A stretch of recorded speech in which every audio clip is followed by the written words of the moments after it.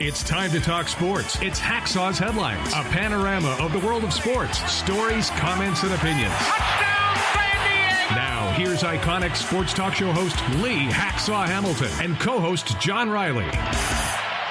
Who wants to talk sports on a Monday? We do. From the DIXIELINE Lumber and Home Center studios in San Diego, we welcome you to our Monday bonus podcast. Good afternoon, everyone. This is Lee Hacksaw Hamilton, along with my co-host broadcasting from left field per the norm, John Riley. We welcome you to Hacksaw's Headlines. Our podcast, coming off this great sports weekend, is brought to you by DIXIELINE Lumber and Home Centers. 9 locations to serve you in San Diego. You've got projects, they've got materials, you need ideas, they'd be glad to be your consultant.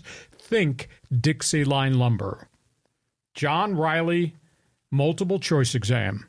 Are we going to talk baseball playoffs? Are we going to talk NFL football? Are we going to talk college football? We're going to check off all the boxes? Man, there's a lot to cover. A ton to cover, and the fans have got words for you, Lee, about the Padres. We're going to break it all down, but let me just ask you, how was your trip to the Northern Adirondacks? It was phenomenal. Beautiful colors. That's why we go the first week of October.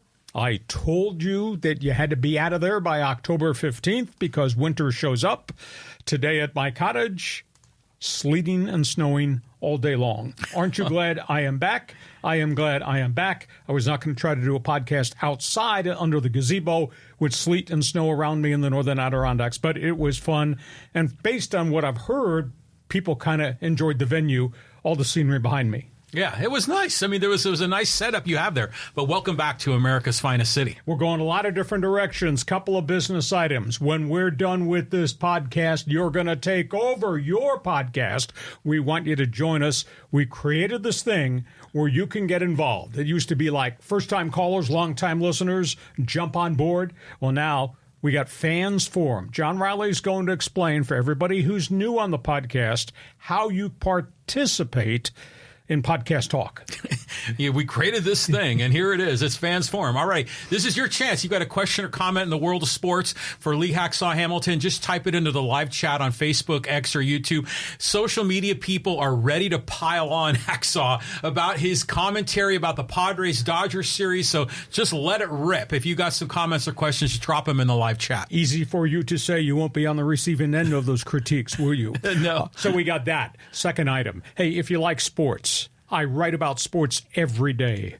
With apologies in advance, I'm better than your daily newspaper sports section. Just go to my website. When we're done with the podcast, I want you to sample my website. There it is, the address, leehacksawhamilton.com. There's a ton of stuff there. Best 15 minutes in sports, one man's opinion column, our Hacksaw mini polls. If you check it every morning, you'll know everything there is going on in the world of sports.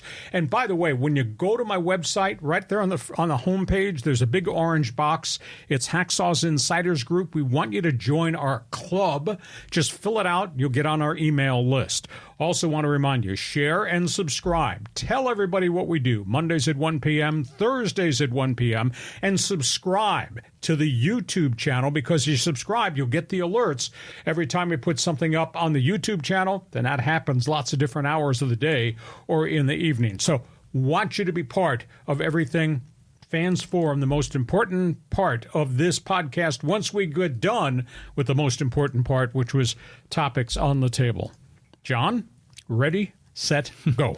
Okay, here we go. Talking National League Division Series, but let's break it down from the Padres' perspective. You have an autopsy. Padres Autopsy. Nice word you put up there. Great season, great disappointment. I will pull an old baseball term out. So close, but yet so far away. Talking about the Padres' hopes versus the Padres' failure. Another baseball axiom, good pitching beats good hitting. Summarize all that, the Padres lose to the Dodgers in a series that was electric. Man, we checked off a lot of boxes in this series. We had a little bit of playoff hate. We had a beanball. We had a lot of MFs directed from the field to the dugout. We had problems with the umpires.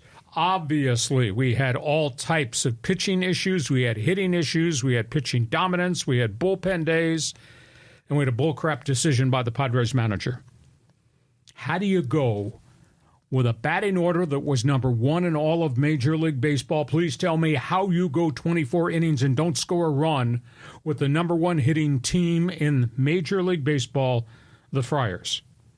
If you had told me before the series started that Arise would hit 182, I said, no way.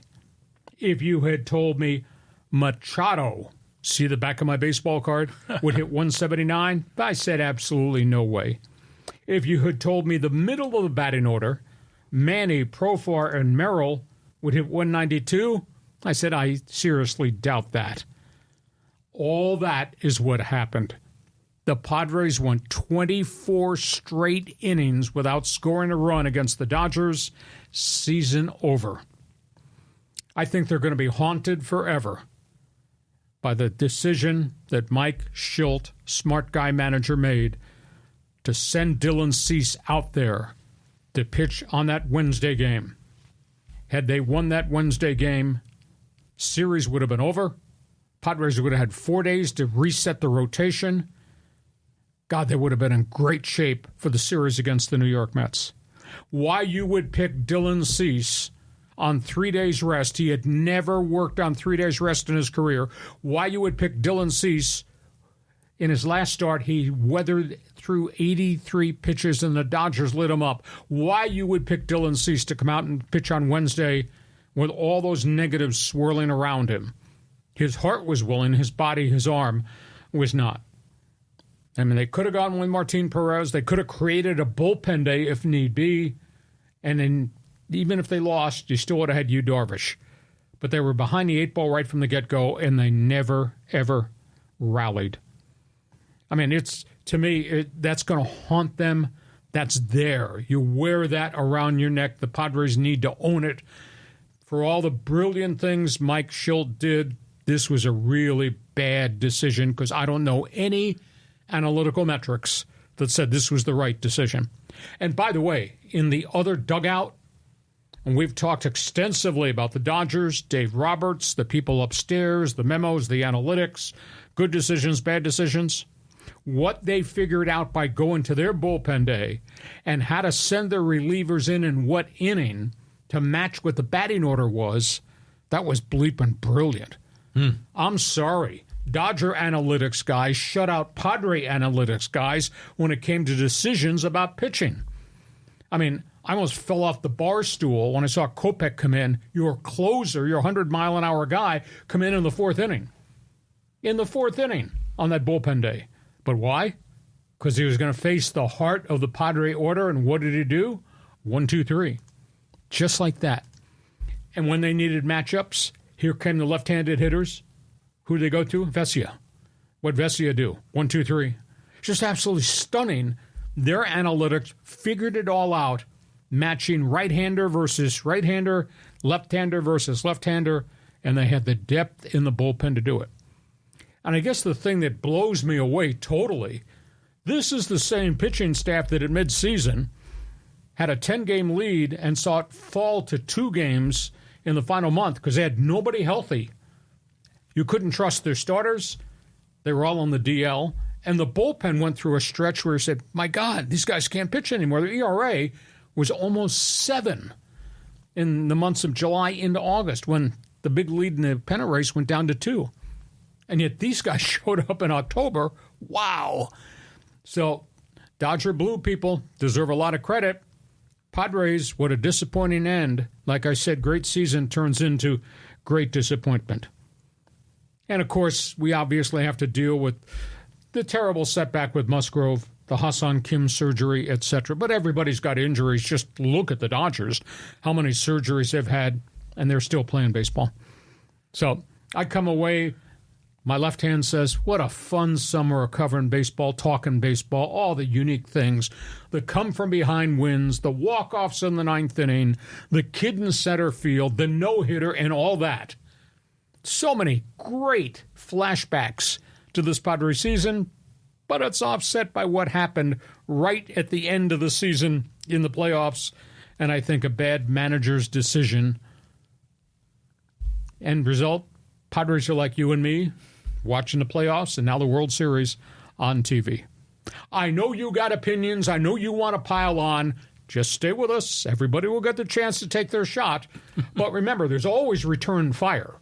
So fans forum coming up right at the end. Be it Padres, be it Dodgers, be it good, be it bad, your opinion counts too. I've said a lot. John Riley, it's your turn. Well, there's so many different levels to this, isn't there, Lee? I mean, and there's the whole part of the story of how the Padres lost, the part of the story of how the Dodgers won, and then all the shenanigans that went around the whole game. So let me see if I can break this down succinctly. As a Padre fan, I'm blown away. I was in mourning for 24 hours after that loss. It kills me. It's the San Diego sports curse over and over and over again. It's tough being a sports fan in San Diego. But you're right. We had a great run. It was a fun season. There was a lot to be happy about. But how in the hell did this team suddenly stop hitting? And they talked all year about how we grind and we fight. We're always fighting back. It looks like they almost gave up. It was like they waved a flag, and Manny Machado waving at those balls down and away. Same with Tatis. I was wondering, were they all trying to hit like home run balls to be a hero? What happened to the put the ball in play and move runners around? When you lose one of the games 2-0, you should have won that one. I mean, so, and I don't blame Mike Schilt for Dylan Cease. I mean, you got to score runs. It doesn't matter who you pitch. You got to score, and they didn't score. Didn't score, but they were in the hole right from the get-go, which made it really hard. Mm-hmm. Understand that. Now, why did they not hit? Baseball players and the hitting coaches, they study all the statistics and the graphics. They know the strengths and weaknesses of each guy that they're going to face. But when you're facing 8 different guys in a 9-inning game, and those guys are all coming out throwing smoke, and that's what the bulk of that Dodger bullpen does, that's pretty tough to make adjustments. It's not like you get to look at John Riley in the first inning, and then you'll see him second time through the batting order in the 4th inning, and maybe in the 6th inning, you get a third kick at the can. They're getting one look at these guys, and here comes Kopech throwing 100. That's tough to catch up to. And then you got Evan Phillips and some wicked stuff. And that takes time to adjust to. So I think the fact that there were 8 different game plans they had in their head when they're coming to the plate because they had to face 8 different guys. You know, the law of averages says 8 relievers are not going to get the side out on a consistent basis. But on that given day, they sure did. So I think that's the answer to the question about where did their offense go. You weren't facing the pitcher the first time, second time, third time through the batting order. You're getting one look. That's no excuse. I mean, because when you face a starting pitcher, it's your first time looking at him in the first and second inning. So they still need to be productive. So I don't accept that at all. I mean, there's been all kinds of conspiracy theories that the gambling was involved, or the Padre players were angry about this or that. I can't comprehend how they dropped so quickly, so fast at the end. When you had a 2-1 series lead going home to win Game 4 at Petco and just completely laid a frickin' egg. It just boggles my mind. I mean, if I apply logic and reason to it, it just drives me crazy. So I'm trying to put baseball at arm's length here for a day or two till I can kind of get my senses back. But besides the Padres, I do want to talk about the Dodgers and all the other shenanigans. We can do that? We'll get to that. We'll get to that. But at the end of the day, the analytics guys in Los Angeles did a hell of a job against the analytics guys that A.J. Preller's side put there. I mean, and then the pitchers went out and they threw smoke. And they didn't walk anybody. They hardly allowed any base hits. They retired 19 guys in a row. I mean, it's phenomenal. Well, it's phenomenal from the perspective of how not everyone, but so many people wanted to fire Dave Roberts because he couldn't manage a pitching staff in the playoffs. And he was always pulling guys too early or too late. And this time he did it perfectly, which is also mind-blowing. And there were no mistakes. There were no let-ups.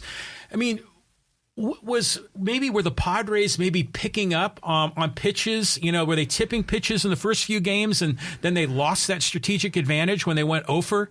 I don't know, but it seems that Roberts did everything right for all the things he was criticized against. So the Padres did a 180 and the Dodgers did a 180 in the other direction, which just blows me away. You need a break.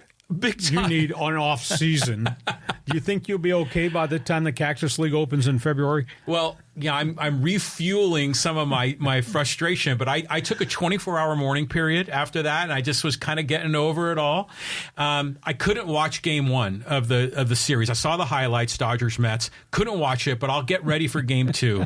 But yeah, I kind of feel the same way. I remember back in the 90s when you were doing Charger play-by-play, when the Chargers would lose on Sundays, I felt crappy on Mondays because it's so emotional for me. I'm feeling the same way now. I ached. I walked out of this pub in upstate New York because I don't have cable or TV in my cottage, and I went to a biker's bar, and I was surrounded by Yankee and Mets fans. And here I am, and my wife's wearing a San Diego hoodie, a Padre hoodie, and they were looking at me, and I was looking at them, and they kept asking me, and then they found out who I was, and I wound up having to do a talk show with all these biker guys who were Yankee and Met fans or drunk Buffalo Bills fans, so it was really hilarious. But I came out, I ached. I was on such a downer because I had such great expectations. I thought this thing set up really well, and the minute I found out that Dylan Cease was given the ball after an 82-pitch outing in which he got racked the prior start by the Dodgers.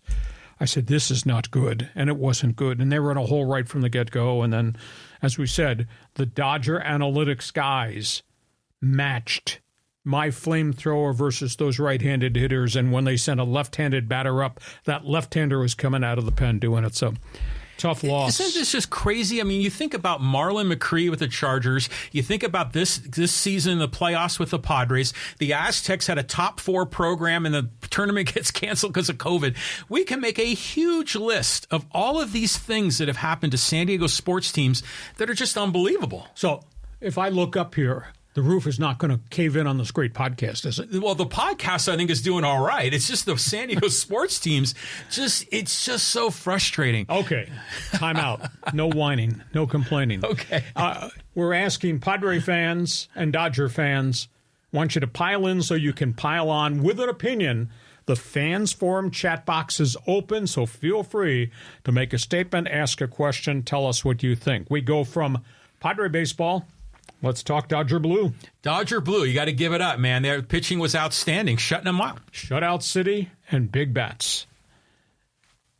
I was shocked if you had told me before I had my first beer at the bar that Ohtani would hit 200 in the series and the Padres would wind up losing. I said, no, that can't be. But it was. Ohtani had the one blast. Betts came up big. Freeman came up big. Teoscar Hernandez came up big. Kiki Hernandez, holy cow, team utility man.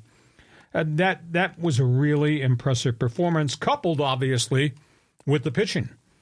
So now this Dodger pitching staff, as they go into this Monday game against the New York Mets, have thrown 33 straight shutout innings at the most important time of the year. They've tied a major league record. Back in 1966, the Dodgers played the Baltimore Orioles in the World Series. The Orioles swept them. That 1966 Orioles pitching staff included Jim Palmer, Mike Cuellar, and a number of others. They threw 33 straight shutout innings against the Dodgers in the World Series. That was the record that the Padres or the Dodgers have just tied. And, of course, now with this Monday game starting, we'll see how many more shutout innings they're going to string along there. So that was really impressive. And, from one start to another, I shouldn't have said it, but I wrote it.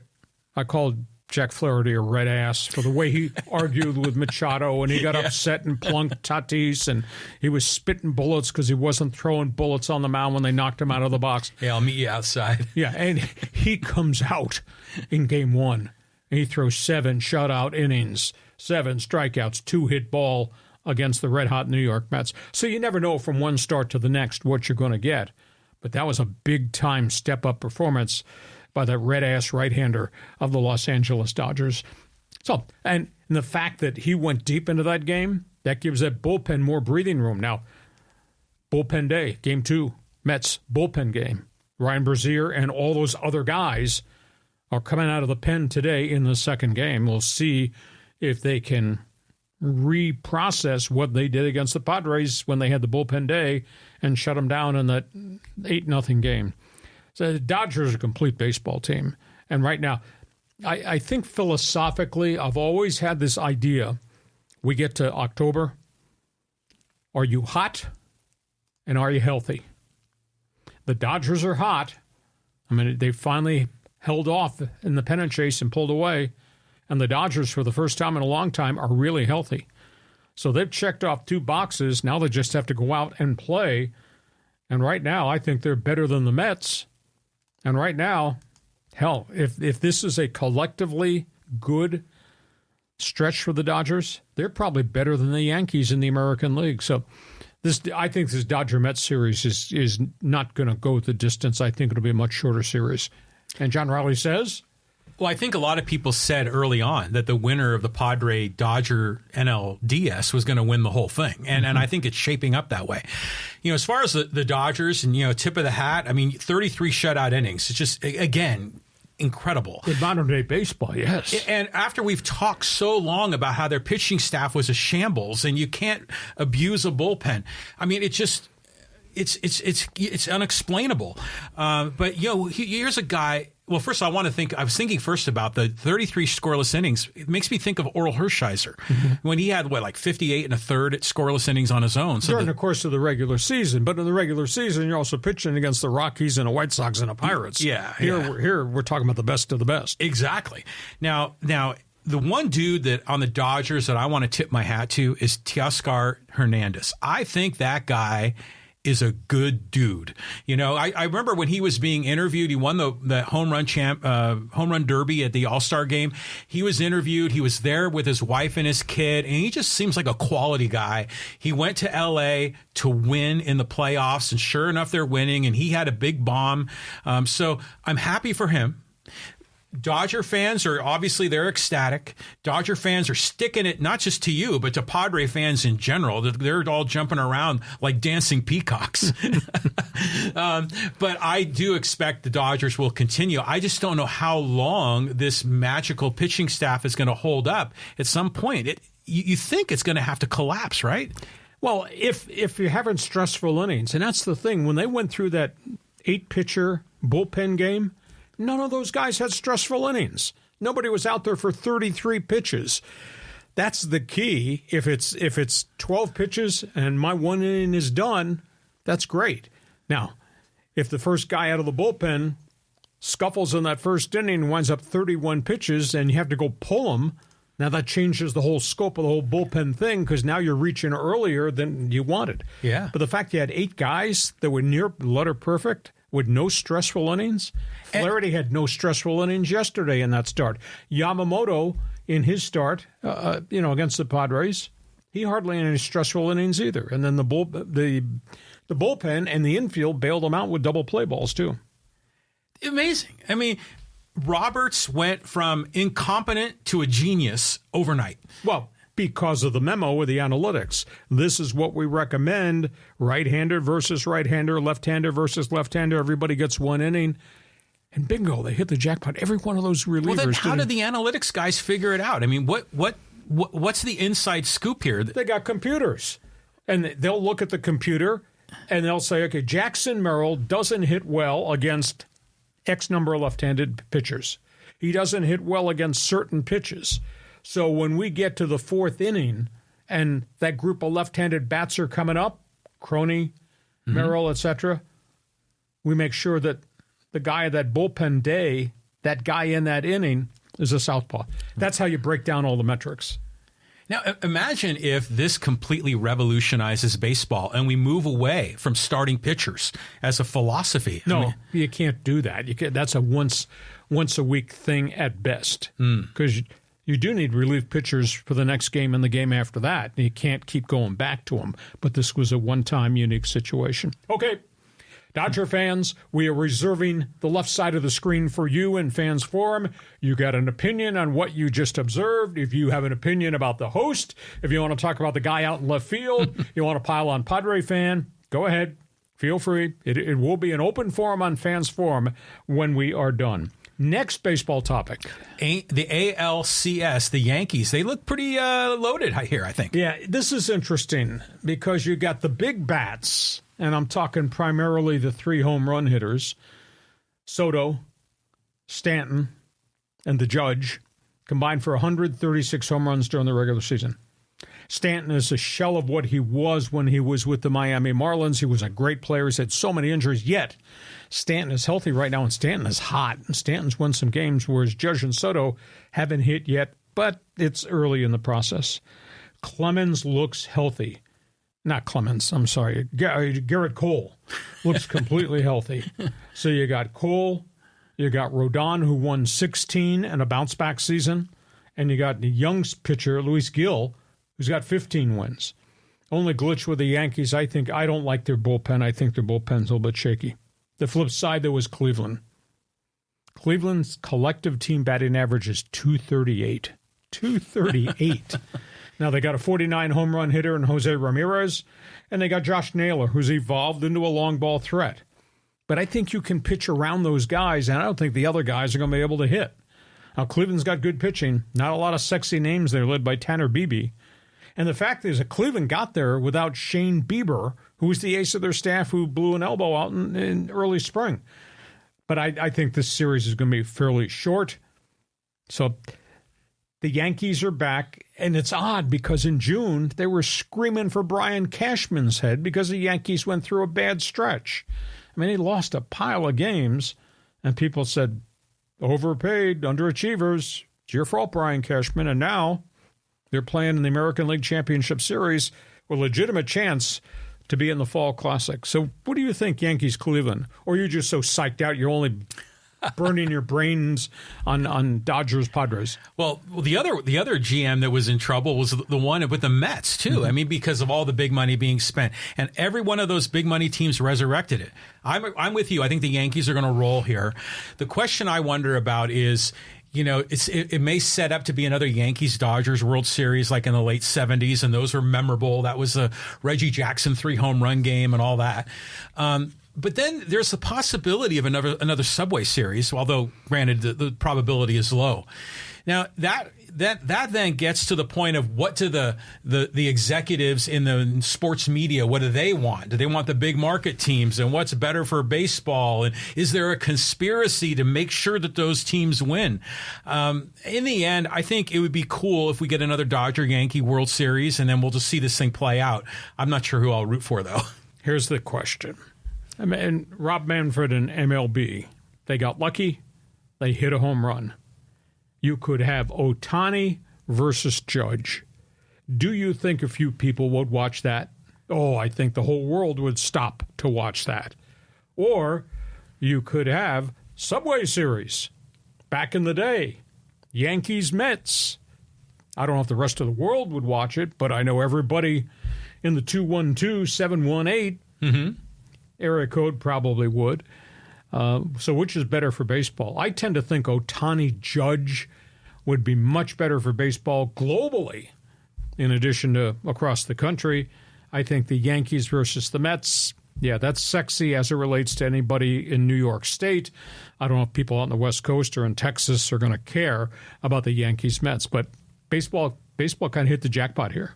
I think some of the MLB creative people are creating a new on-screen graphic that says Aaron Judge will be up in the next 3 batters. Right? I mean, what did you think of that whole Ohtani graphic? Yeah, it's always keep watching. Don't walk away. He's coming up a week from Tuesday. He'll be up here.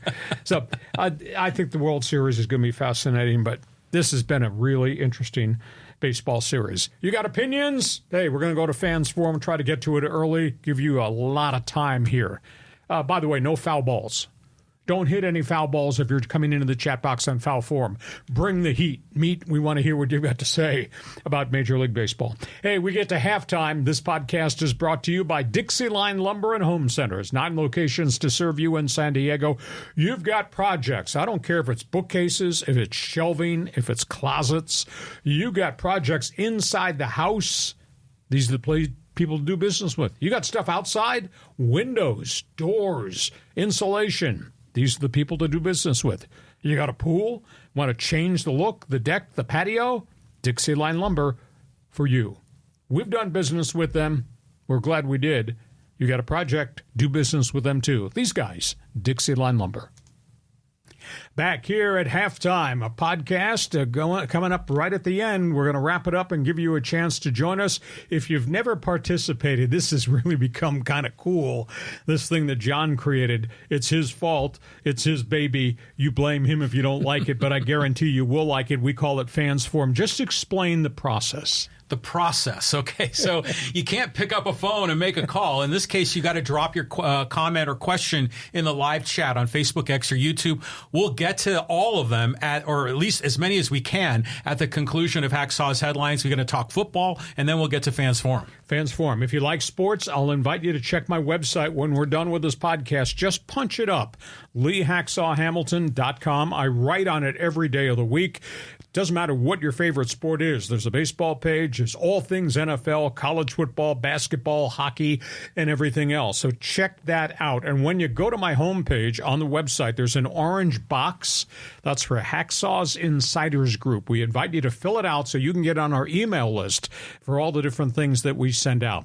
Also want you to share, want you to subscribe, share, tell everybody on social network what you do on Mondays at 1 and Thursdays at 1. Tell them about Hacksaw's podcast. And when you subscribe, and you can do that on the YouTube channel, you'll get the alerts every time you put something up on the YouTube channel. One other note, we do so many unique and very different things here. I'm also really involved on social media, and I know you are. Don't lie to me. Show me your driver's license. I know you're on social media. You're on Twitter. You're on X. Hell, this guy reads all the junk I put out there. I want you to become a member of my Twitter All-Star team. I want you to follow me. It's at Hacksaw1090, at Hacksaw1090. Hit the follow button that time. Every time I put stuff up on the Twitter account, on X, you'll know it's there. All right, John, we're ready. We go to the second half. All things NFL on what was an upside-down weekend. Yeah, winners and losers in the NFL. And it looks like the Chargers, they did all right in Denver. Yeah, what a weird day. This game starts up in Denver. Justin Herbert comes out and is throwing the ball all over the field.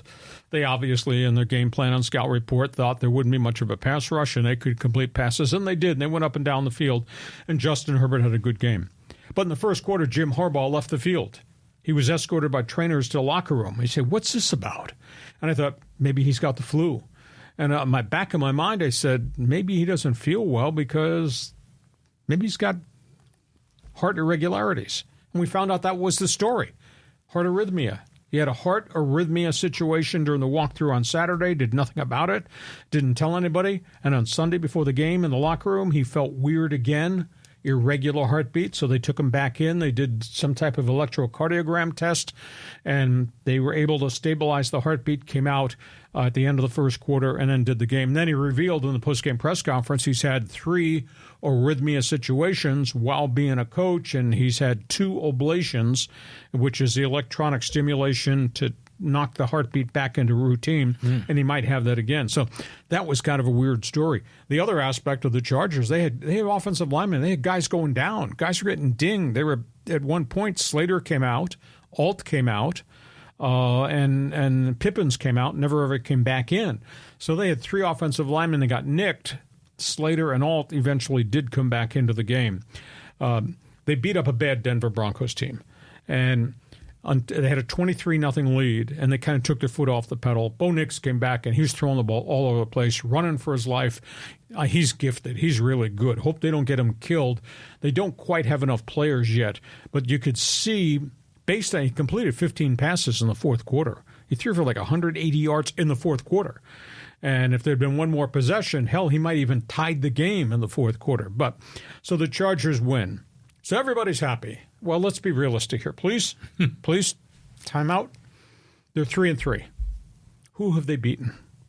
The Panthers. Carolina, Denver in the midst of a major rebuild, and the dysfunctional Raiders. Those are their 3 wins. So please excuse me while I reserve judgment that, John, don't order any damn playoff tickets yet. So anyhow, that's the Charger game plan. Raiders situation. I swear to you, they set football back 1,000 years yesterday in Las Vegas. The Steelers beat the Raiders. Has to be an all-time ugly game. Steelers can't move the football. Najee Harris had just a shade over 100 yards, had one big run. Raiders keep turning the thing over. No Davante Adams. Their defense is chewed up with injuries. Raiders are a -10 in turnover ratio, and we're just 6 weeks into the season. And if Antonio Pierce is not in trouble yet as head coach, Antonio Pierce should be in trouble as head coach. So Pittsburgh wound up beating the Raiders, and the Raiders have yet to solve the whole Davante Adams hole. Just everything going on with the silver and black spins you back to what I call them, the silver and bleak. It's absolutely ugly. Baltimore, Washington. Big test for the kid. I thought Jaden Daniels played really, really well. Didn't turn it over, but Baltimore, way too much firepower. 484 yards in total offense. Lamar Jackson and Derrick Henry, what a combo. And as long as they keep those guys healthy, and this is such a physical, brute force football team that the Ravens had. So Baltimore pounds Washington, but Jaden Daniels continued to play well. Happy birthday, Jerry Jones, Dallas Cowboy owner. How bad was that? Final score, Detroit 47, Dallas 9. They benched Dak Prescott. There's so many things wrong with Cowboy football right now, and it's not on Dak Prescott. And it might not even be on C.D. Lamb, although he ought to take the wallet out of his pocket because all the money he's carrying is slowing him down. He's not making a big difference. They can't stop anybody. And they have so many injuries on defense, and they have zero run game. I don't understand. They signed Dalvin Cook, former 1,000-yard rusher Minnesota, and he's not active. And you got Ezekiel Elliott, has 8 carries for 15 yards. What are the Cowboys doing? Now, this morning, day after a bad birthday, Jerry Jones, vote of confidence, Mike McCarthy, he is not in trouble. This is an organizational situation. But, boy, they're not good. What is good is Baker Mayfield in Tampa. Boy, he put on a show yesterday, outgunned New Orleans, killed New Orleans. Mayfield, 325 yards passing, 4 more touchdowns. They're just chucking it all over the field. And they got this young running back who came out of Arizona State. He was only a part-time player because of injuries, Rashad White. And he's just pounding it, and he's got an extra gear running the football. And obviously they got Mike Evans. Chris Godwin's had back-to-back double-digit games. I think he had 11 catches yesterday. The week prior he had 12. Tampa is really rolling. Houston nails New England. Knew that was going to happen. C.J. Stroud and that cadre of wide receivers, and Joe Mixon, the ex-Bengal, another 100-yard game. The interesting thing was New England force-fed Drake May. Now, he threw 3 interceptions, but he threw 4 touchdown passes, too. I mean, he was spraying the ball. He was standing in the pocket with a lot of heat around him, and he got the ball out and got the ball down yardage. Cleveland, this gets worse, and yet they can't bench him. I'm talking about Deshaun Watson. I'm talking about the Browns. Here's a stat that is staggering to the mind. They have a stretch in Cleveland on third downs with Deshaun Watson at quarterback in recent weeks, including yesterday. They had 1 first down in 27 third down opportunities. What? 1 for 27 with your quarterback. And took 5 more sacks yesterday. He's got 31 sacks now in 6 games. And he doesn't look like he can play the game anymore. And here, by the way, he's worth $230 million guaranteed. Do you think he even cares? I don't know. He's not playing with any fire in his gut because you have a good team around him. Just a disaster. And they got pasted yesterday by the Philadelphia Eagles. By the way, speaking of the Eagles, we got one coach that's been fired. We got rumors out there could be a couple more, maybe Jacksonville. A lot of people upset at McCarthy in Dallas. Nick Sirianni, why would you do this? Towards the end of the game, and they're winning against Cleveland, he turns around, walks behind the bench, and he's barking at Eagle fans who are barking at him. Really? I saw the video. I said, Nick, what are you doing? Why are you picking a fight with your own fans? Exactly. Because they've been hostile. They've been all over his Philadelphia fans hostile? Yeah, do you think? So that was one of the weirdest things I've ever seen. They're winning the game. Now, granted, it's been kind of a substandard start to the season, coupled with last year's 1-6 finish. Sirianni is not being held in high regard. Chicago took out Jacksonville. Caleb has arrived. Caleb Williams. He's had back-to-back 300 games. Yesterday, he threw for 4 touchdowns. He looks so different. And they're running the football with DeAndre Swift. Keenan Allen finally healthy on the field. He caught 2 touchdown passes. And in Jacksonville, Trevor Lawrence, they just don't have enough people around him right now. They're sitting there at 1-5. Now, the ownership, Shad Khan, says, I'm backing Doug Peterson. Well, I don't know how much longer that's going to go, but the Jaguars' playoff hopes, for the most part, have been extinguished. Not by the hurricane in Florida, but obviously by what's happening on NFL Sundays. So those are some of the big storylines from games in Week 6. John, the floor is yours. Tell me what you think. Isn't it funny how a vote of confidence for a head coach is usually the kiss of death? Usually a few weeks or months later, they're gone. A couple of comments here. The main thing is I love seeing these young kids have success. Caleb Williams, Drake May had his moments. Bo Nix had his moments. I think this is great for the game. And I just love, seeing the young guys do well while we see some veterans like Deshaun Watson just look atrocious. So it's all part of, do they have that magic touch, that secret sauce that can differentiate, a Peyton Manning from a Ryan Leaf, and it's almost hard to describe it, but it's like porn. You know it when you see it, and those guys are good. And so I'm really happy for them. The Chargers, they won in Denver. That's fine. I'm less emotional about the Chargers. I'm kind of getting over that as well, but we can add that to the list of the San Diego sports curse. And Raider Nation, do you have something you'd like to say to people wearing silver and bleak? I just don't know what you can say. I mean, it's just a freaking disaster. I mean, Pittsburgh fans showed up in Vegas, right? Yeah. Yeah. So, but yeah, the Raiders are just a mess, but you got to solve the quarterback problem before you do anything. Okay. All things NFL, you got an opinion. Fans Forum chat box will be open. Want you to jump on board.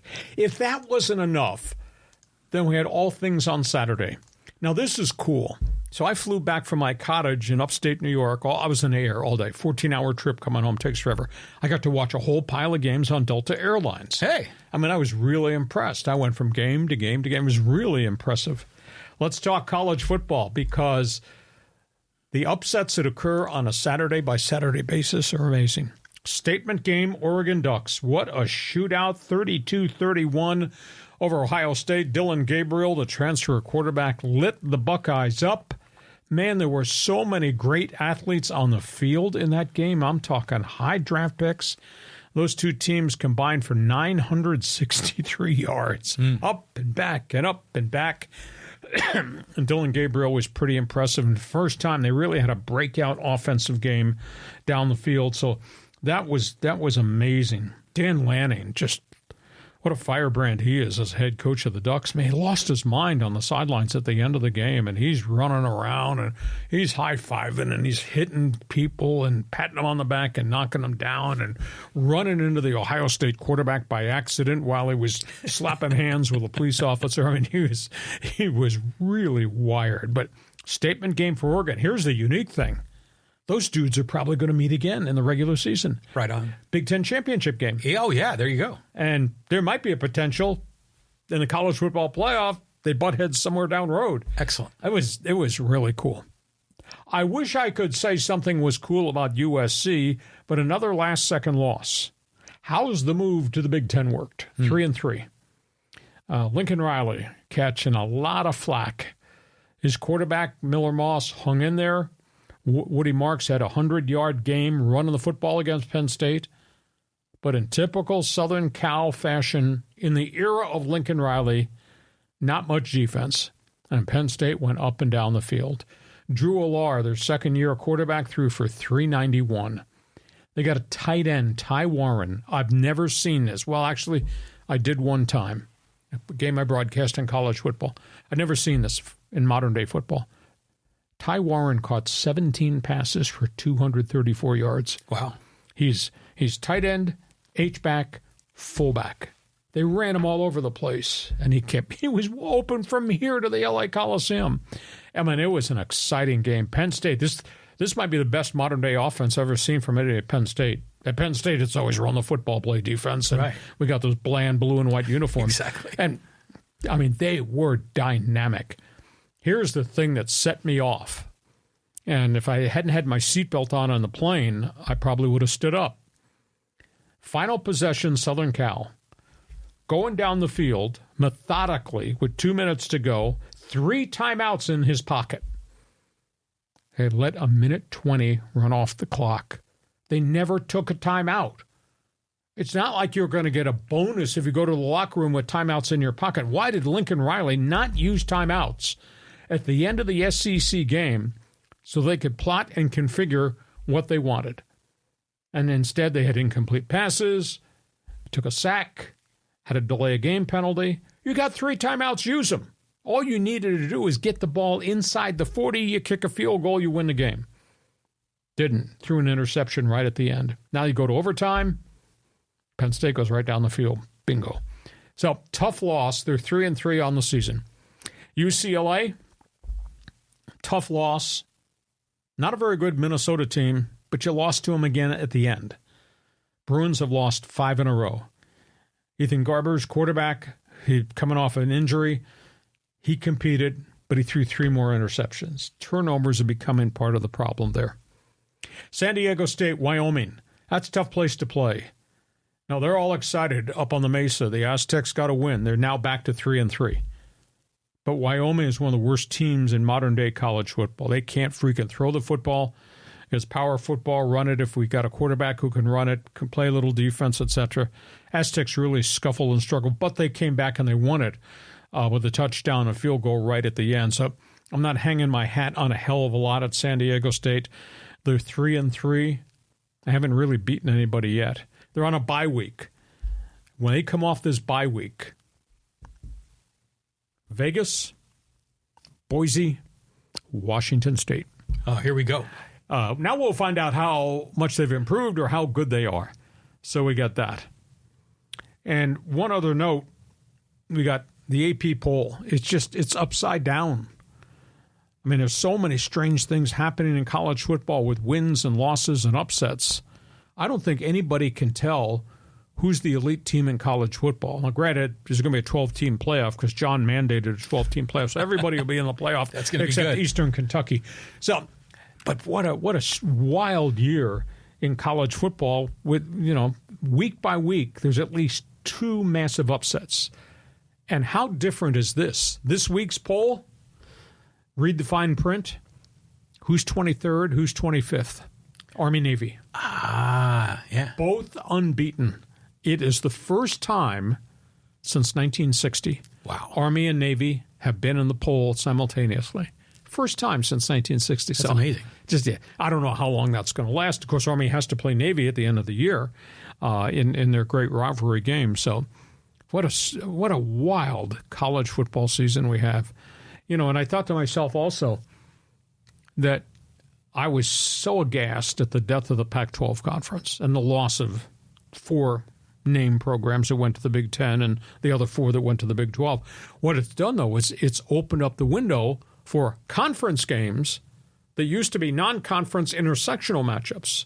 So, therefore, you got Southern Cal, Penn State in a Big Ten game. That's an addition that we would not normally see. And you got Oregon in its game against Ohio State.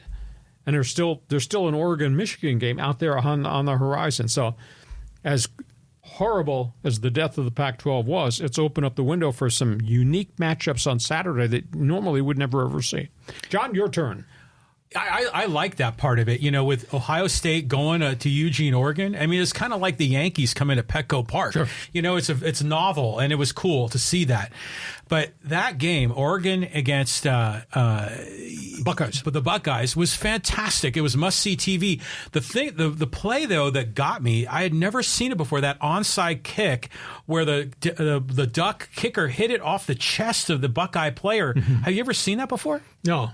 And again, with the new rules, it's really different. But man, he blasted that thing. It was brilliant. And the thing was, I thought the Ohio State player, field the kick. Don't try to move out of the way and let one of the backup guys get it. But the ball hit him. Field the kick. Right. But I don't think he even expected it. No. It was amazing. It was line drive. Yeah. I'd never seen that before. Velo 101. Yeah. Just to comment on the other games, I mean, SC definitely did choke down the end.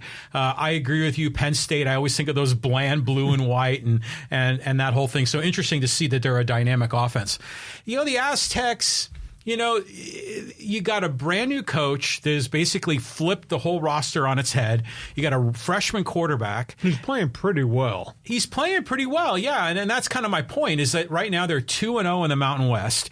That's not so bad. And their defense has actually been pretty impressive. So there's things there that you can feel a little bit optimistic about. But it seems like we've had to take, a step backwards before we can take 2 steps forward. Yeah. And the next step forward, you're going to play big boys. Big boys. I mean, that's going to be something. Okay, your turn. Hey, this podcast is brought to you by DIXIELINE Lumber and Home Centers, 9 locations in San Diego and the new one up in Orange County. You got projects for the fall of 24 into 2025. They got materials. DIXIELINE Lumber and Home Centers. John, it's your turn. I assume there's a few people here who've got something to say. Do you want to duck under the table now, or do you want to wait till the bullets start flying? Well, the bullets are ready to go. Let's start here with 4R XLA. Padres got a little too confident after Game 3, and their bats fell silent afterwards. A little too much celebrating too soon brought them bad karma. Well, good pitching beats good hitting, and that was good pitching. I was shocked that the Padres got shut out 24 innings in a row. And it wasn't that they had a pile of guys on base and were hitting in double plays. They just didn't get guys on the pads, and they couldn't drive them home, and they banged into double plays along the way. Overconfident, maybe, because they had beaten the Dodgers, 8 times during the regular season, and then they had 2 more wins. So they were 10-6 against LA at that point, and then look what happened. But instead of just bashing on the Padres, let's give credit to what the Dodgers did creatively with the use of the pitching staff, etc. And the big bats came through. Big bats surely did come back through. And I never, ever want to hear Manny Machado ever echo the word to those of us in the working media, check the back of my baseball card. This whole thing about, were they overconfident and all of that, the dancing peacock stuff, I love all that. To me, this is what makes sports entertaining. You're big on French pastry. I know you. Profar robbing the home run and kind of jumping around. And Tatis, he was swinging his balls around in right field. But if you want to talk about bad karma, the Dodgers fans were throwing stuff in the field and trying to hit Profar. And even Roberts admitted that his whole anti-Manny Machado thing was a ruse just to get the focus off of his guys. Now, granted, it worked. It was a brilliant move. But like I said, I think Machado handled himself very well during that. And you can make an argument against Profar and Tatis. I get that. But I thought Machado was a pro, was mature, was a leader throughout that whole series. And for Dave Roberts to suddenly pick a fight with him, to me, that was a disgrace. But the karma went against the Padres, not against the Dodgers. And here we are. So you're saluting Machado hitting 179. No, but I like his leadership. I like the meeting in the dugout. I like him standing up for his guys. But yeah, they just got beat, and I'm still trying to process it. Am I the only one on the planet that thinks the Dylan Cease move will haunt them forever? Because this was the year. This was the opportunity to construct this roster. That's why A.J. Preller spent the resources he did to do it. And your team, I swear to you, John, a year from today, we're doing this podcast, the team next year is not going to be the team this year. They've already got salary issues that they're going to deal with that I don't think they can solve. There is a research piece out that says if the Padres were to bring back everybody, including the arbitration-eligible guys, and the pay bumps guys are going to get, their payroll would be $231 million, and they can't afford that. Yeah. And the theory is that ownership, which has made a big profit this year, is going to want to take this payroll even farther down from the 161 of this year. So this is not going to be the same team next year that we just had. This was a once-in-a-lifetime opportunity, and they were so close, and they got shut out 24 innings in a row. It just drives me crazy because your team next year is definitely not going to be the team you had this year. But next year's team might be better. I mean, this year's team was better than last year's team. Sure. So, once in a lifetime, there's always a new season. The Dylan Cease criticism is classic Monday morning quarterback here. Nothing wrong. 2020 rearview mirror. Did you win? No, we didn't win. You didn't get out of the second inning. But if they had rolled out Martin Perez, it's very likely that he would have had a similar result. But he had a 2.69 ERA and it starts in San Diego. That's better than asking a guy who just threw 82 pitches and got lit up to come back 3 days later as a power pitcher and try to be better. But he's a journeyman. You're not sure what to expect from the guy. You could always turn it into a bullpen day. You could. But in the end, the Padres didn't score any runs, so it doesn't matter. This is all a moot point. Okay.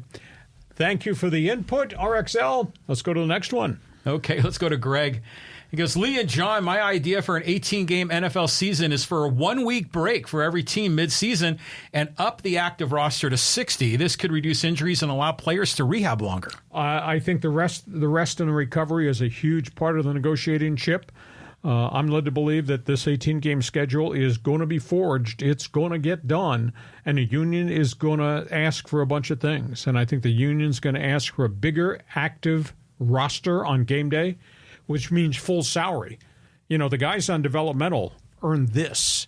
But if we go from a 53-man active roster to, say, 58, that's 58 full salaried guys. Mm-hmm. And they're also going to ask for bigger developmental squads, which means more money. So, the union's not giving these guys, the league, an 18-game schedule unless they get a wide variety of things in the collective bargaining agreement. And that also obviously includes one less preseason game and maybe even more changes as it relates to OTAs, practices, days and pads, etc. But I would say next fall it's probably going to be an 18-game schedule. But the owners are going to have to give the Players Association a whole bunch of financial considerations. So let's say that they do go to an 18-game schedule. Does the NFL get to renegotiate their media rights packages with all the big networks? No, I don't believe so, because I think the ask that they got, we want X number of dollars from you, CBS, NBC, Fox, etc. I think that contained the ideology that in all likelihood we're going to expand the schedule even more. So I don't think there's more coming. Oh, so it's sort of baked in. Baked in. Now, if there had been a change, like there's going to be more playoff teams, which means more TV games, that would lead to a reopening of how the postseason television contracts are structured. Okay, that makes sense. Very good. Thanks, Greg. Next question. Okay, next question. Let's go to Roy. Hacksaw, I told you our pitching has been in shambles all season, yet best record in baseball. You still asking who pitches Friday for the Dodgers? Padre fans can't settle for, quote, at least we made the playoffs. Well, you did. And people are just barking at me from across the street and at the fitness center and all that about my stance. But you go back to mid-season, and the Dodgers had only one pitcher in their rotation from opening day. And they had raided Oklahoma City, and all those kids came up, and most all of them got hurt. The latest is Michael Grove, who's just had surgery. He won 10 or 11 games for them this season. He's gone for all of next year. This was what was going on at midseason. Dodgers were looking for volunteers in the right field pavilion. Can you pitch? Eligibility left. So that and the Dodgers' top-heavy batting order and the bottom of the batting order, I swear to you, from the 5th through 9th spots at one point, we're hitting 118 to 223, the bottom half of the batting order. So those are the things in June and July that were the topics on the table because that's what we were reviewing. And now we're talking about 33 straight shutout innings from a Dodger staff that's hot and healthy. So to say, hey, shut your bleeping mouth, you don't know what you're talking about. I know what I was talking about in June and July is that we observed what was happening, and I know where we are right now. This is just so awesome. This is why we love sports. And this is just makes it so fun. Now, while you're gone, while you were up in the upper Adirondacks there, enjoying your beautiful vacation, well-deserved, I'm here. I'm kind of editing a lot of those short videos that we post. And so I'm watching the social media response all throughout the week. A few people had some things to say, I'm sure. They did. But I'll tell you what, after Game 3, when the Padres ripped the Dodgers, and we the Dodger fans on social media were like, season's over. You see, I told you so. Dave Roberts can't do it in the playoffs. Fire Roberts. There was this sort of defeatism among Dodger fans. And now they've all made a U-turn in the middle of the street. Exactly. Now, like, we told you so. Our pitching staff, I trusted them the whole time. Don't you know why I love doing sports talk radio? Don't you know that's why I did it the way I did it? Yeah, this is great. Okay, thanks for the input, Roy. Next question. Okay, let's go to Javi. Hacksaw, Padres' most dangerous team. Dodgers said hold my beer. Tatis and Profar can jump all the way to Cancun. Oh, just feel free to pile on. That's okay. But at the end of the day, we're in San Diego. You're in L.A. in the traffic jam. Now, granted, you got a great baseball team. Playoffs, John, what an electric atmosphere. I mean, it's just so on edge. It's just, to be in that clubhouse, and I've been down there, it's such a different vibe and a different feel. And I don't care that you just grinded through 162 games. You take a deep breath, and the playoffs have such a different feel in the dugout and in the clubhouse and in the press box and in the press conference. It's the same thing, not just for baseball. It's the same thing in the NFL. Same thing. I covered hockey. You walk in the room in the NHL, and, first playoff game, first practice, the focus is so different. So postseason is so cool. It really is. And this is why we're fanatics about all of this. We just love all the emotion.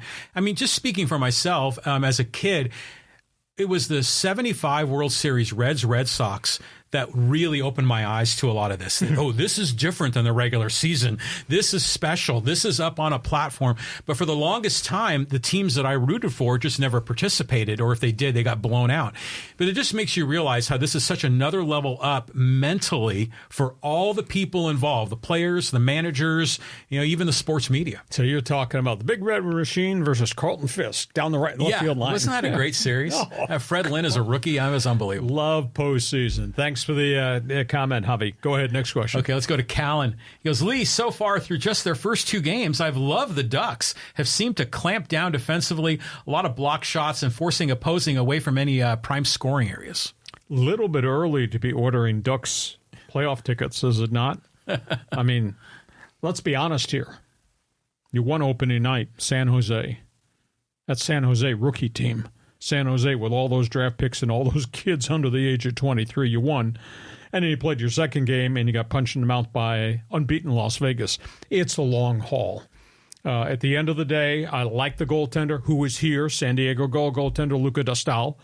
I don't know if they have enough defense, but they're playing all their young guys. And they have such a collection of young forwards, led by the kid from, is it Boston College or Boston University? Cutter Gauthier, who came from Philadelphia. He's pretty impressive, but they're too young, and I don't know that they got enough veteran grit to go with all these young kids. But I look at the roster on paper, and I talk to hockey people all the time. I went to the Gulls practice just to watch the young kids who just got sent down. They've got a lot of really good young players, Callum, but at the end of the day, they're young. And you're asking them to play the LA Kings.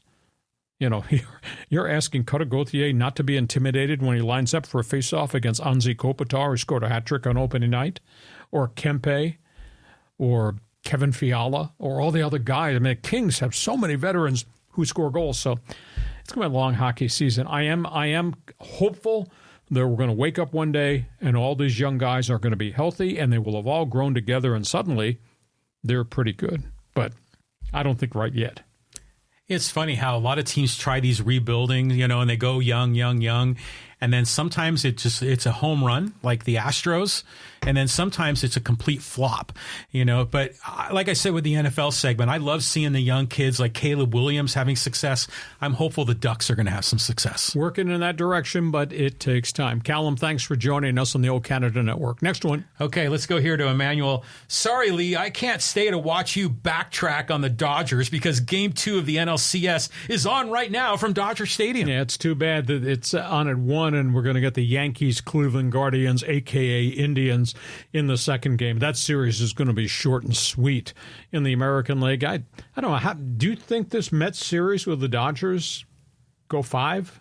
Go 7? What do you think? Well, originally I would say it's not going to go 5 or 7 games, but check this out. We started this live stream at 1 o'clock, and Carlos said 6-0 Mets in the second inning. Well, anything is possible. Now the Mets might well be back in this thing, but it's only one game. One game usually does not impact the second game unless you burn your bullpen trying to save that second game. So interesting going forward. I mean, that's the Mets. Mets have that kind of lead after how poorly the Mets swung sticks in the first game on Sunday night. Wow. Yeah, that's unbelievable. Yeah. I mean, good on them. Next one. Let's go to Gary. He says, the 2024 Padres are the 2002 Sacramento Kings. Does that mean the era of Chris Webber and all that failed? Got there and then all of a sudden got away from him? Yeah, it might be. Wasn't Robert Horry on one of those Kings teams, or was he on the Lakers then? It was on the Lakers then, I believe. Was that Vlade era? It might be. Yeah. So it's a good team. Now there's no, there's no Joe Musgrove going forward. Now there's no Hassan Kim going forward. Now you've got to re-sign Profar, and he's going to want $10 million. Oh, yeah, at least. Now you got to re-sign Jackson Merrill. He's not going to play for the second year rookie minimum. I guarantee you that. And you're going to have to configure. They have to move some money around. They have to let some players go. I mean, if indeed management is of the opinion we can't afford $231 million, somebody's going to have to vacate because you got to pay Michael King. I mean, he's deserving of monster money. Now, I don't know if he's going to go to $20 million just like that. So, tell you what, November, December, as it relates to contracts, it's going to be a bit of a different team. And the other factor is you stockpile on a lot of age. There's some guys there that are going to be a year older, and sometimes some of those guys wake up as old men and aren't the same player. Bogaerts needs a bounce-back season. And by the way, you're on the hook through age 42 with him. Mm-hmm. Darvish has been, he's been spectacular, but he's got a lot of mileage on the odometer. So I don't know if it's going to be the same team. I think it's going to be a different team from a roster standpoint. And obviously, you're going to have to pay a whole pile of people, including Higgy and his home runs, Higashioka. So it's going to be a fascinating offseason. Well, some of the moves are going to be rather obvious. I mean, like old man David Peralta's not coming back. Solano's not coming back. Ha-Seong Kim likely not coming back. Okay, that's 3. Right. Now it's Musgrove's gone. That's 4. Right. Then you've got Tanner Scott definitely not coming back. Well, you could try. That's 5. Right. Okay. So we're talking about a different franchise now. Exactly. Yeah, every year's a new year. I'm with you there, Lee. I mean, this is a very different team this year without Soto than it was with Soto. So, but are the Padres like the Sacramento Kings? Kind of, I mean, it's not really a bad analogy. It's a smaller market. It's a city with only one major sports team and a team that just seems to always struggle. Well, like I said, and I told you this way back at the trade deadline when A.J. Preller did these deals on top of the Cease and Ariza deal, and by the way, Ariza's contract, they're going to pay all the money this year. Miami paid all the money this past year. Yeah. That's $14 million right there. And Ariza wants a long-term deal. Yeah. So anyhow, as I told you, this is the year, this year and next, it has to happen. Because beyond that, you got all these guys going to be 35 to 40, and you're stuck with their contracts, and there is nothing in the farm system that's close to being ready at the Major League level. But AJ has boots on the ground. He's going to reload. Merrill's going to be a second-year player. I still think the future is bright for the Padres. It's hell of a lot better than the Chris Denorfia days, so I'm good with it. Yeah, we're going to have, we're going to have to roll Bogarts and Machado out there on wheelchairs at some point. But I'm sure one of those guys is going to become a DH. All right, Gary, thank you for joining us. Next topic. Okay, let's go to John. He goes, well, not the podcast we were hoping for. We were hoping we'd be discussing Game 2 at Petco against the Mets instead of a postmortem. When the Padres finally do win a World Series, will someone please pour a beer on my grave? Hear to that. It's so tough. It is so tough to grind through the season, and then when you get to postseason, you got to be hot and you got to be healthy because you're not playing the White Sox or the Marlins or the Rockies or the Pirates once we roll into the first week of October. I mean, and look at who failed. No Houston, no Atlanta. I mean, no Baltimore. I mean, look who's not at this party right now. So I love postseason. And the Phillies. Oh, you think? Holy cow. Yeah, it's unbelievable. I mean, so yeah, we're still licking our wounds, at least speaking as a Padre fan. Let's keep moving here. Let's go to Roy again. He goes, Dodgers will get better in 25. Padre window to overtake the Dodgers is closed. Dodgers will address pitching and shortstop. Tanner Scott will sign with the Dodgers. Well, it's going to be interesting to see how much higher the Dodger payroll is going to go, although they did creatively finance the deferred money for Ohtani going forward. I think, the bigger issue is they're still going to face this crisis with these injuries, with these pitchers. They got so many pitchers who can't pitch in 2025 post-surgery. I mean, every one of those young arms is hurt. And we don't know if Dustin May is ever going to come back from the second surgery and then the third surgery. And, they just lost Michael Grove, and he was the most promising one. I mean, the list, I went through the list this morning. I said, holy cow. How many guys are they going to be absent? And you got Glasnow. They're on the hook for all this massive money with Glasnow. And he's had elbow problems in L.A., Tampa, and Pittsburgh. And he's one curveball away from probably having another surgery. So, the Dodgers are right now rolling.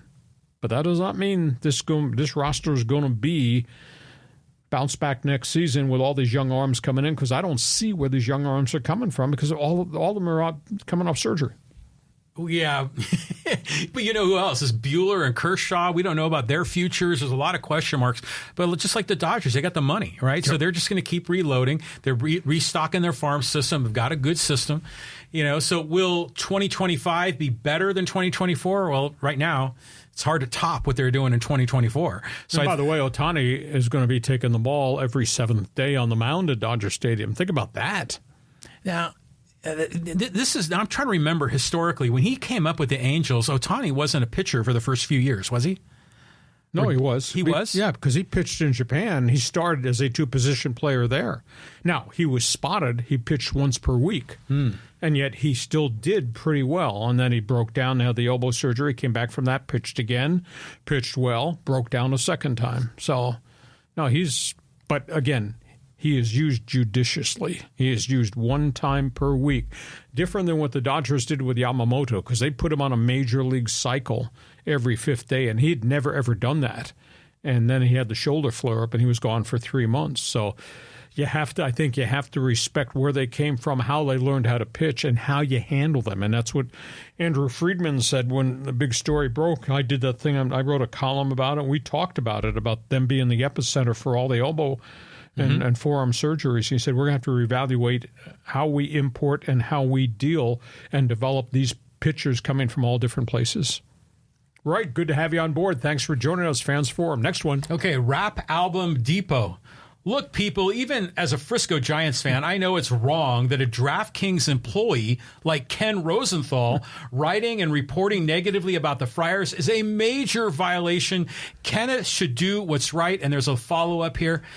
Vegas has too much influence. Rosenthal is a DraftKings employee, and Vegas had the money on the Dodgers. I don't know that I'd say he's an employee like that. I just didn't understand the framing and the time period for him to write that column.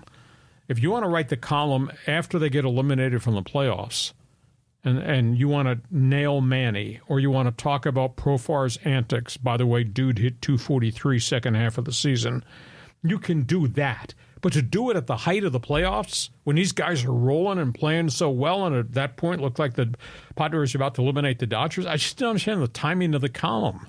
I thought it was really unfair to those guys. And, He's going to have to carry that. He's going to have to own it, and that's going to be the end of that relationship between the Padres and Rosenthal, and there was no need for it. You can do it if you want to do a, as I said, autopsy, what's the phrase used, postmortem? Postmortem, yeah. Yeah, if you want to do that, then you can draw some of this other stuff out.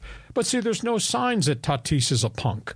And there's no signs out there that Profar, there's a kid running down the hallway pulling the fire extinguisher. That was a great visual.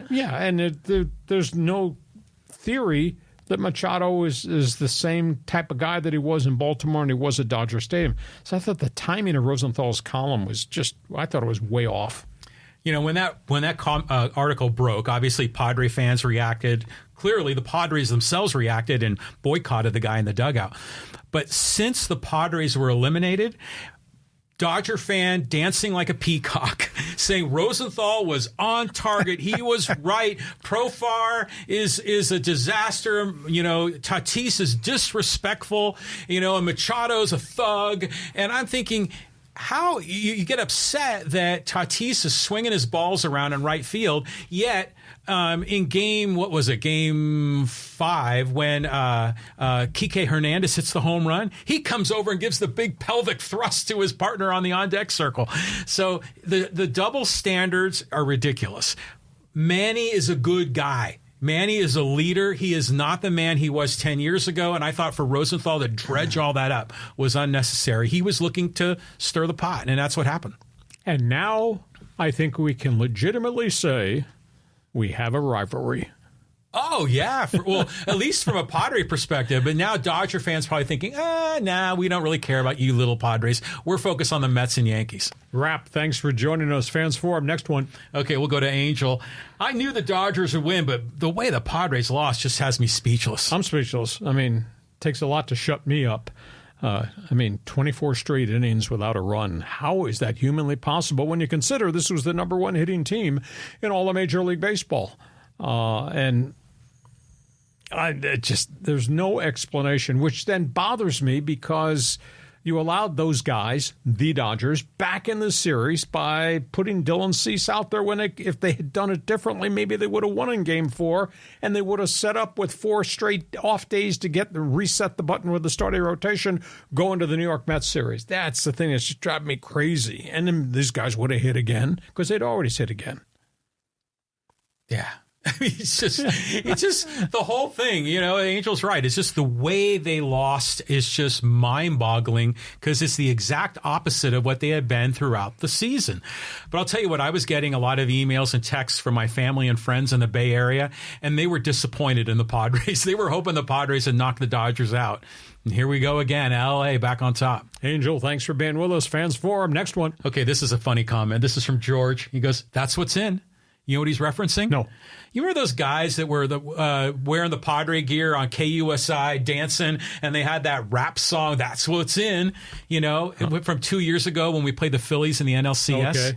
You saw that bit? Yes, I guess I did. Yeah. So, again, that's another San Diego sports curse thing. It just keeps coming back to haunt us. Are you Republican? You're into so much conspiracy crap. It's unbelievable. I am not a Republican. Okay. No politics right now on the podcast. That'll come the week of November 5th. Conspiracy theory stuff for me is entertaining to discuss, especially in the world of sports.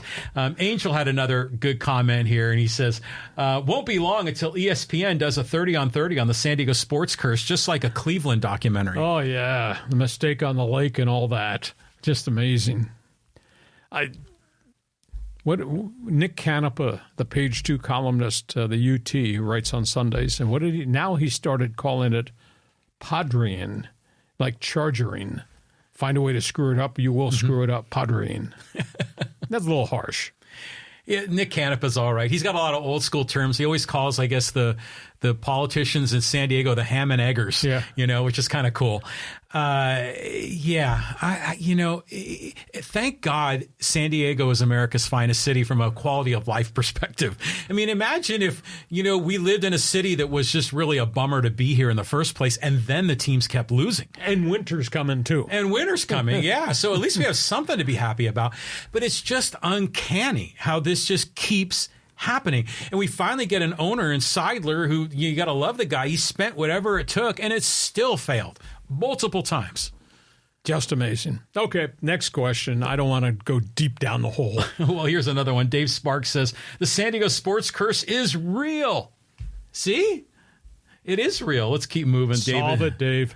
David says, I'm glad the Padres lost the way they did. Tatis and Profar were unprofessional to taunt Dodger fans.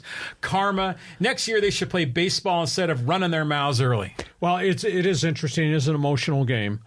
But I think you do have to admit, David, those were two spectacular defensive plays. You don't see that hardly ever. Now, when Profar was doing the jumping jacks in the outfield, kind of egging the fans on, was that right? You're asking for trouble. When Tatis did his bump and grind and all that junk in right field after making a spectacular play, I don't know. Did he step over the line? So I guess if you believe in karma, I guess it came back to haunt them along the way. But those were two unbelievable plays. Oh, yeah. I mean, the whole Profar robbing the home run was just, to me, was fun. And he didn't say anything to the fans. No, but he was jumping up and down. Well, yeah, but he's an entertainer. That's why we go to these sporting events. It's like the old school, like, people that get upset were dancing in the end zone for the NFL touchdowns. It's just, come on, just have some fun with it. I think the Latin influence in baseball is really good for the sport. I concur with you. Yeah. And if Dodger player had done that and Mookie Betts was doing backflips in right field, you wouldn't be upset? Well, I'd be probably, I'm the hair up on my back, but I would be really invested in watching what I'm watching. Okay, we move on. Fans Forum. I told you we were going to be here till Thursday. Next one. Okay, let's go here to Willie. And Willie says, who's paying for the fix for the Tampa Rays stadium roof? Lee says Rays are responsible. Metrodome had same material and cost $10 million in 2010. The number that I had read in the Tampa Tribune, I think that's where it was in excess of $50 million. I mean, they had all the panels that have to be replaced, but the buttressing, the metal top, that's all got to be replaced too, because that was damaged as the 22 of the 24 panels were ripped off in that wind. I don't know where the Rays are going to play. Put no roof on it. I mean, they're going to tear that thing down anyhow in a couple of years when they build a new stadium on the other side of the bridge in St. Petersburg. But where are the Rays going to play? Outdoor baseball in St. Petersburg, Florida? Al-Lang Field is a great old historic ballpark. It's been there forever. It's been renovated multiple times. It's state-of-the-art. They used a lot for spring training. I don't know. Maybe the Rays wind up playing outdoors. I don't know. Is Tampa going to invest $51 million to put a new roof on a stadium that's going to be torn down in a couple of years when the Rays move across? Interesting, tough set of circumstances. Yeah, I mean, I can see, just playing with the, quote, roof open. That's what it's going to end up being. But the alternative is some people have said they could move and play in another stadium somewhere else. They could also be like the Harlem Globetrotters and just be always a road team. They'll find a way. But if in the summer months, it's got to be brutal, in terms of the humidity there. Yeah, just like it's going to be in Sacramento. And who knows what else is messed up with the stadium? I mean, just the roof. I mean, the whole infrastructure could be broken. Well, the infrastructure above on all the roof supports has been badly damaged in addition to all that covering something. Here we are headed towards November 1st. I mean, spring training in March should be just around the other side of Christmas. And if you were going to repair it, how are you going to repair it in that short amount of time? You can't, yeah. And then if you remove those buttresses, then the structural integrity of the stadium might collapse. It's like a keystone in an arch when you pull it out. I cut class. They taught engineering at school. I went drinking uptown that day also. Okay, a couple more here on Fans Forum before we get to social media. And I don't know that we want to do that, but go ahead. Okay, just another quick line here from Willie. I thought this was a good comment. He goes, Sacramento has 2 major league franchises with the Sacramento A's now playing there. That's right. They got the Kings and the A's. How about that? But I think this experience for the Athletics players is going to be miserable because it's bloody hot up there in the summer, and you're going to be playing. I mean, Pacific Coast League plays there. It's hot. It's just going to be hard. And Major League Players Association raised a real ruckus about this, but evidently there was no other place to look because they looked a lot of different places, but they didn't. They don't want to play in Vegas. It's hot outdoors. They want to play in Reno. Hot. Those are both Pacific Coast League locales. So this whole thing is just a mess. If you're building a new stadium, just about anywhere in America, you would probably want to put a roof on it, either for because it gets too cold or too much snow or too much rain or too much humidity or too hot. And what's the limit on your credit card? Well, yeah, it's a lot more, but they're turning these things into like Vegas resorts. Sure. I mean, with these posh, bars and luxury suites and marble tile floors. I mean, it's like going to the Venetian or something on the Vegas Strip. So, I mean, there's going to be very few cities like San Diego where an outdoor stadium will make sense. Well, San Diego, vis-a-vis the weather, makes all the sense in the world. Right. But I concur with you. And again, I've been to Patriot Village in Foxborough, where once upon a time it was Gillette Stadium, and it was just an old stadium off Route 1 going towards New Hampshire. And then Robert Kraft came on board, and he's the one that creatively built the idea of business investments, entertainment centers. You go to Patriot Place now, it's not just that stadium. It's the whole entourage of venues, of shopping centers. I mean, it's really impressive. That's what professional sports has become. And it's a way in which they finance the new facilities. As you build all these other business entities. Look at Petco Park. Mm-hmm. It's just not a ballpark. It's all the businesses in the gas stop. There's 5 hotels down there. Lucchino and Moores had the vision when they built the baseball stadium. How do we pay for this? Well, you do it with investments in facilities that are going to generate phenomenal tax revenue. There's 5 hotels dotting around the perimeter of Petco Park in that East Village area. That's how you do it. Yeah, I like that. I mean, kind of looking beyond the sport itself, finding creative ways to finance it. What's another interesting entertainment district is Frisco, Texas. Mm-hmm. And the Cowboys have their training facility there, and they've got a small roof-covered workout facility. But they built a lot of bars and restaurants around there, and that's a pretty neat little place. So, yeah, that's the creative formula right there. Even if your team got beat 49-7 at home, worst defeat since 1988. Jerry Jones, this has got to be killing him. Oh, on his birthday, much less. Okay, let's move on. We got social media, unsocial media comments. I'm sure there's a few people got some opinions that they've expressed, John. Yeah, a few opinions. Okay, here, let's go down the list. And here we'll talk to Adam. And this is funny because there's a lot of comments on non-Padre content egging you on about the Padres. This is about the Phillies, but he jumps in and says, "Come on, Lee, why haven't you posted a post-Padre Dodger Game 5 video? Could it be that because you don't need to look foolish now by boldly proclaiming the Padres had a better roster and lineup than the Dodgers? You need to own up and eat your words." I will.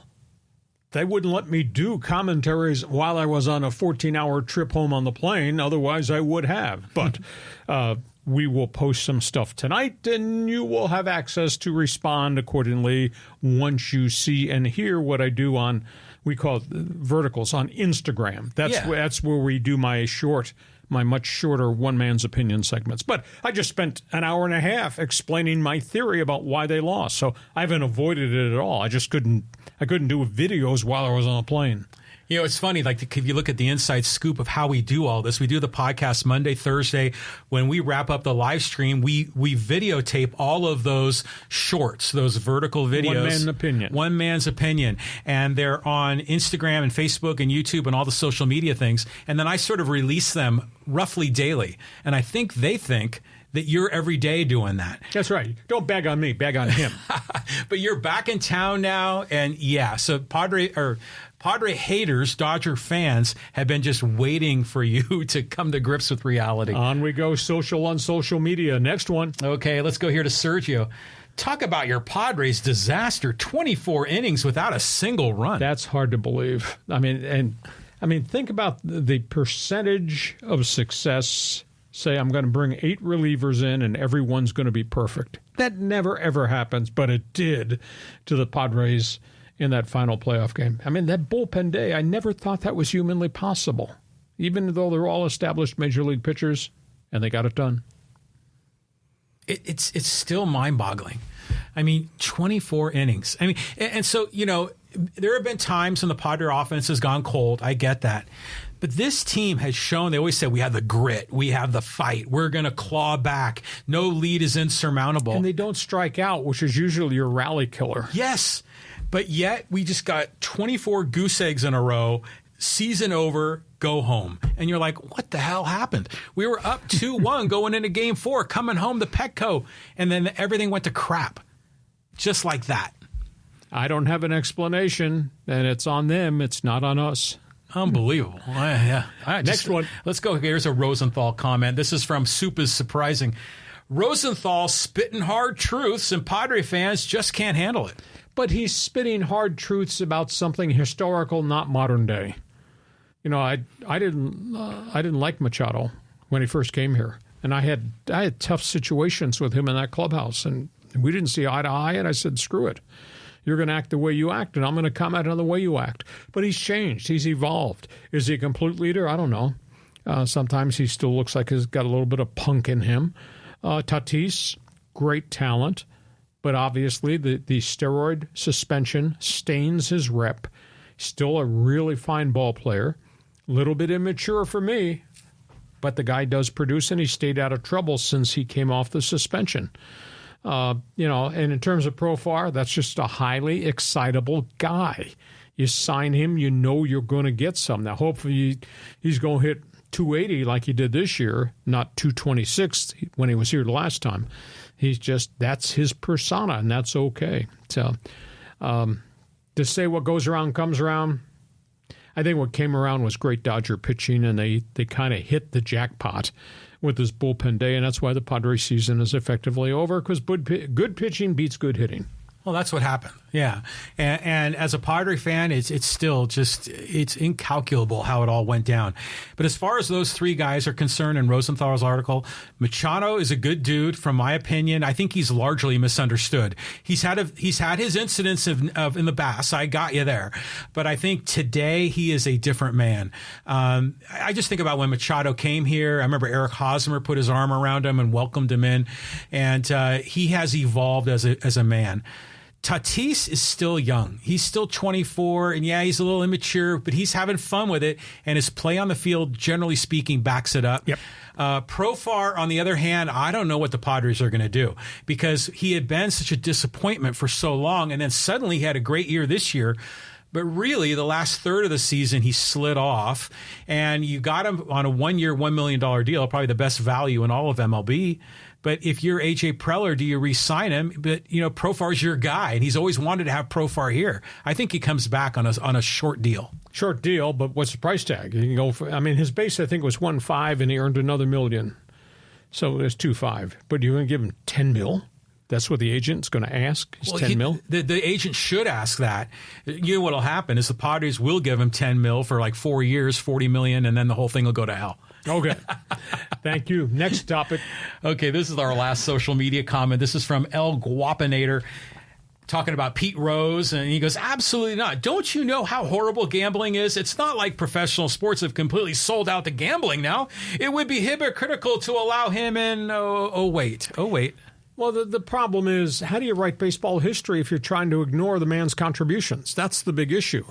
Was he a slime ball? Was he a sleazebag? Yeah, he sure was. And then the longer we've gone, the more we've found out about Pete Rose and lifestyle away from baseball. But at the end of the day, that was an enormously talented person.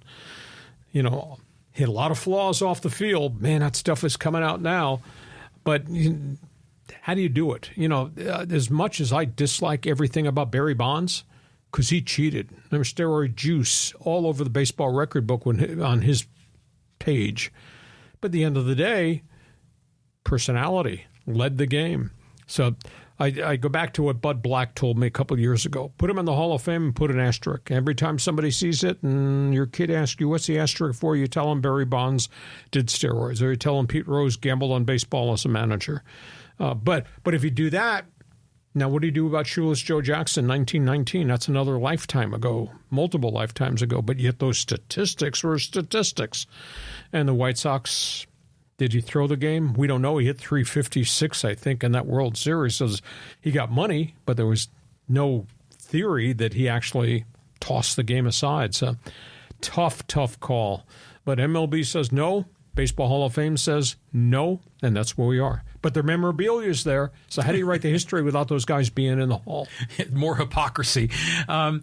This is what makes baseball great, is all the history. Mm-hmm. And then we can talk about what they did between the lines and outside the lines and provide the context and nuance for all these different players.